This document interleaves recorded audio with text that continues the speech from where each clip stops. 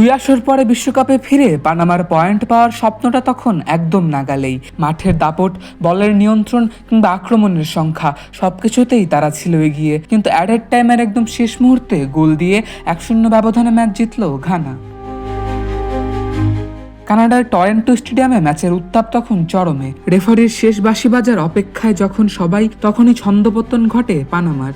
Brandon Thomas আসান্তের বাড়ানো নিখুঁত পাসে গোল করে ঘানাকে জয় উপহার দেন কালেব ইয়েরেঙ্কি।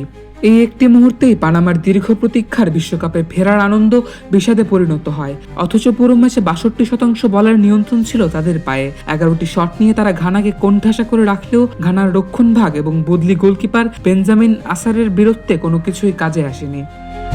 রুচি চানাচুর 300 গ্রাম ও 500 গ্রামের ফ্যামিলি প্যাক, এক প্যাকে পুরো পরিবার।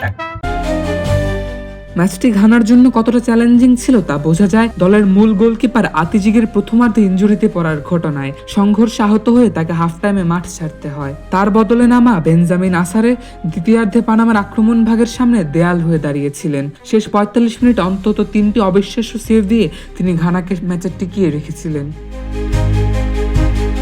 এর আগে ম্যাচের মাত্র দ্বিতীয় মিনিটেই সিসিলিয়া ওয়াটারম্যানের একটি জোরালো শট গোলমুখে কাঁপন ধরিয়ে দিয়েছিল, কিন্তু আতিজিগি তখন দক্ষতার সাথে তা ফিরিয়ে দেন। এরপর থেকে পানামা আক্রমণ শানাতে থাকলেও শেষ মুহূর্তের সে বিপর্যয় তাদের আর ঘুরে দাঁড়াতে দেয়নি। পুরো ম্যাচ দাপিয়ে বেরিয়েও এক মুহূর্তের ভুলে হারের গ্লানি দিয়ে মাঠ ছাড়তে হলো পানামাকে। অন্যদিকে পরিসংখ্যানের তোয়াক্কা না করে সুযোগ কাজে লাগিয়ে পূর্ণ 3 পয়েন্ট ঘরে তুলল ঘানা। স্বপ্নিল ভুইয়া, খেলা 71।